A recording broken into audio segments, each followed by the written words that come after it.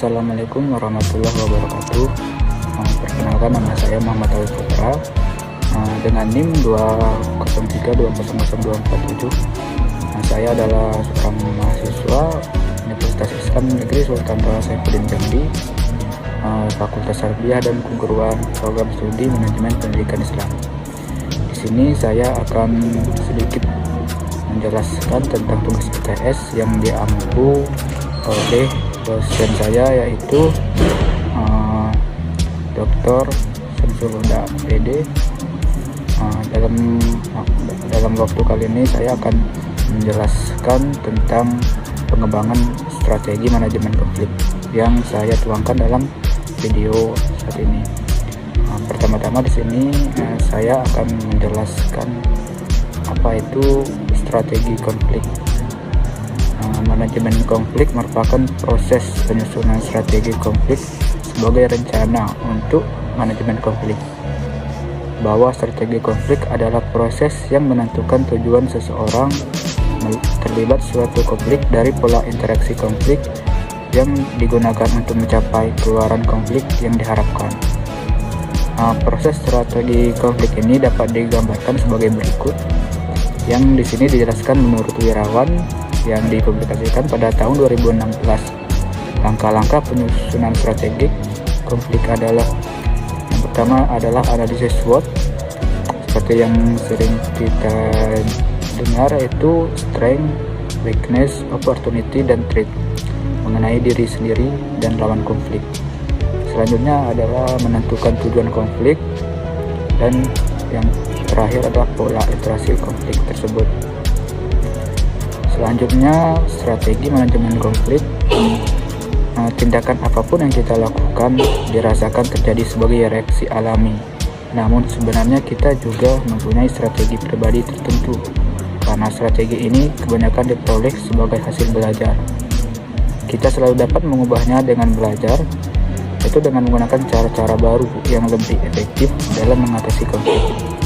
Ada dua hal yang dapat menjadi pertimbangan bila sedang menghadapi konflik, yaitu yang pertama, pertimbangan tujuan dari konflik tersebut. Yang kedua, pertimbangan hubungan baik dengan orang lain. Selanjutnya yaitu cara kita mengelola konflik antar individu. Dan sini menurut Lutyens tahun 1983 pada bukunya halaman 371 sampai 374 yang dijelaskan, konflik individual terhadap tujuan dapat bersifat positif maupun negatif. Yang di sini ditegaskan ada 3 tujuan konflik, yang terdapat beberapa tujuan langsung, yang yakni yang pertama yaitu approach konflik, di mana individu dimotivasi untuk mendekati 2 atau lebih pendekatan positif tetapi punya kaitan erat dengan tujuan. Dan yang selanjutnya, approach avoidance konflik, di mana individu dimotivasi mendekati tujuan dan pada saat bersamaan dimotivasi untuk menghindarinya. Tujuan tunggal berisi kedua karakteristik, baik positif maupun negatif bagi individu yang bersangkutan. Dan yang ketiga yaitu avoidance konflik, di mana individu dimotivasi untuk menghindari 2 atau lebih tujuan negatif tetapi memiliki kaitan erat dengan tujuan dari konflik tersebut. Yang selanjutnya yaitu konflik antar individu. Situasi konflik ini terjadi apabila sekurang-kurangnya 2 individu yang berada pada sudut pandang bertentangan, di mana masing-masing tidak memiliki toleransi terhadap perbedaan, serta mengabaikan kemungkinan adanya wilayah titik temu, kemudian secara cepat meloncat pada kesimpulan. Dan di sini jelaskan ada 3 strategi untuk mengatasi konflik antar personal atau individu, yaitu yang pertama adalah loss, yaitu strategi kalah-kalah, mengalah antar kedua pihak.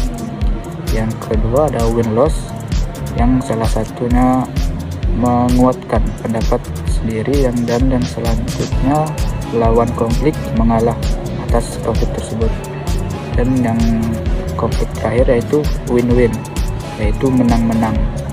Di sini dijelaskan dalam buku yang diterbitkan oleh Luthans tahun 1983 dalam halaman 378 sampai 379. Mungkin demikianlah sedikit penjelasan yang saya sampaikan dari pengembangan strategi manajemen konflik. Atas perhatiannya saya ucapkan assalamualaikum warahmatullahi wabarakatuh. Terima kasih dan sampai jumpa lagi.